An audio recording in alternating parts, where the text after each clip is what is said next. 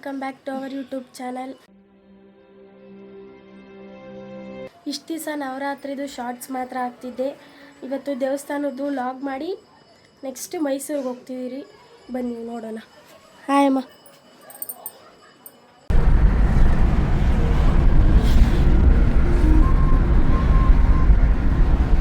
ಈಗ ಕೆಂಪಾಂಬಿಕಾ ದೇವಸ್ಥಾನಕ್ಕೆ ಹೋಗ್ತಿದ್ದೀರಿ.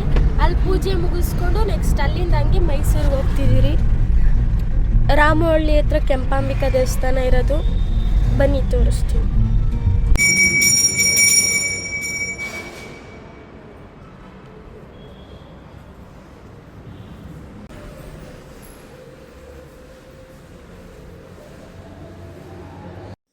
ಕೆಂಪಾಂಬಿಕೆ ದೇವಸ್ಥಾನಕ್ಕೆ ಹೋಗ್ತಾ ಆನ್ ದ ವೇಲೆ ವೆಂಕಟೇಶ್ವರನ ದೇವಸ್ಥಾನಕ್ಕೆ ಹೋಗಿ ದರ್ಶನ ಮಾಡ್ಕೊಳ್ಳೋಣ ಅಂತ ಹೋಗಿದ್ದು.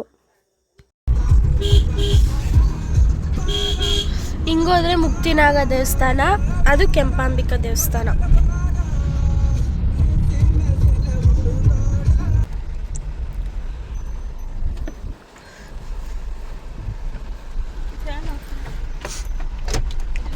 ಇದು ಕೆಂಪಾಂಬಿಕೆ ದೇವಸ್ಥಾನ.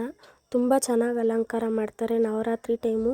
ಪ್ರತಿ ವರ್ಷ ನವರಾತ್ರಿಗೆ ಎಷ್ಟು ಜನ ಹೆಣ್ಮಕ್ಳು ಬಂದಿರ್ತಾರೋ ಎಲ್ಲರಿಗೂ ಬಾಗಿನ ಕೊಡ್ತಾರೆ.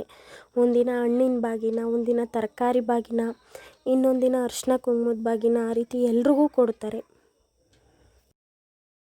ಬರೀ ಬಾಗಿನ ಕೊಡೋದೇ ಅಲ್ಲ, ಆ ದಿನ ಯಾವ್ಯಾವ ಅಲಂಕಾರ ಬೇಕೋ ಅದೇ ಅಲಂಕಾರ ಮಾಡ್ತಾರೆ. ಆ್ಯಕ್ಚುಲಿ ಈ ದೇವರಿರೋದು ಈ ರೀತಿ ಕೆಂಪುಗೆ.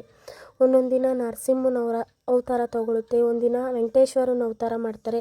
ಎಲ್ಲ ಇವರೇ ಮಾಡೋದು. ಯಾವುದು ಅಂಗಡಿಯಿಂದ ಮಖವಾಡ ಆ ಥರ ಏನೂ ತರಲ್ಲ. ಎಲ್ಲ ಇವರೇ ಓನಾಗಿ ಮಾಡೋದು. ತುಂಬ ಚೆನ್ನಾಗಿ ಕಾಣುತ್ತೆ.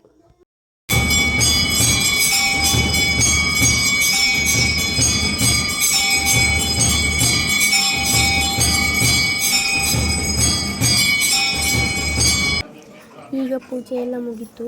ಹೇಗೆ ಚಾಮುಂಡಿ ಮಹಿಷಾಸುರನ ಸಂಹಾರ ಮಾಡ್ತಾರೋ ಅದೇ ರೀತಿ ಈ ದೇವಸ್ಥಾನದಲ್ಲೂ ಕೂಡ ಚಾಮುಂಡಿಯಿಂದ ಮಹಿಷಾಸುರನ ಸಂಹಾರ ಮಾಡಿಸ್ತಾರೆ. ತುಂಬ ಚೆನ್ನಾಗಿ ಇರುತ್ತೆ. ಈ ದೇವಸ್ಥಾನದ ಅರ್ಚಕರು ಇವರು ಹೇಗೆ ಅಂದರೆ ಇವ್ರನ್ನ ಎಲ್ಲರೂ ಅಮ್ಮ ಅಂತಲೇ ಕರೀತಾರೆ. ಯಾರು ಸ್ವಾಮಿ ಆ ರೀತಿ ಎಲ್ಲ ಕರೆಯಲ್ಲ. ಇವ್ರ ಮೈ ಮೇಲೆ ದೇವ್ರು ಕೂಡ ಬರುತ್ತೆ ಈ ಟೈಮಲ್ಲಿ.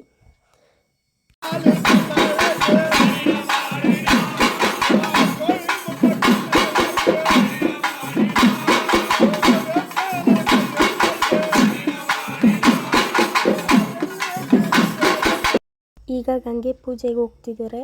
ಗಂಗೆ ಪೂಜೆಗೆ ಹೋಗಿ ಪೂಜೆ ಎಲ್ಲ ಮುಗಿದ್ಮೇಲೆ ಆಮೇಲೆ ಮಹಿಷಾಸುರನ ಸಂಹಾರ ಮಾಡ್ತಾರೆ.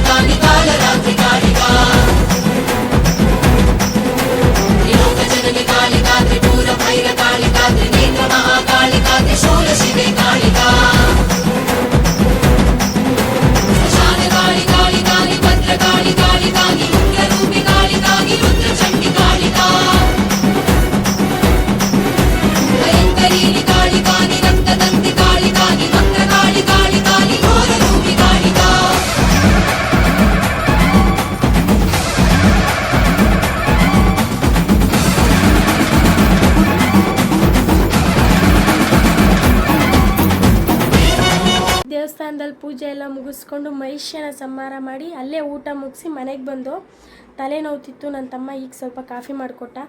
ಡ್ರೆಸ್ ಚೇಂಜ್ ಮಾಡಿಬಿಟ್ಟು ಇವಾಗ ಮೈಸೂರಿಗೆ ಹೋಗೋಣ ಅಂತ ನನ್ನ ತಮ್ಮ ಕಾಫಿ ಮಾಡಿಕೊಟ್ಟು ಅವ್ನು ಕುಡಿತಾ ಇದ್ದೀರಿ. ನಾನು ಅಮ್ಮ ಮಾತ್ರ ಡ್ರೆಸ್ ಚೇಂಜ್ ಮಾಡ್ದು. ಅದು ತುಂಬ ಸೆಕೆ ಆಗ್ತಿತ್ತು ನಮಗೆ, ಅವರಿಬ್ಬರು ಏನಿಲ್ಲ.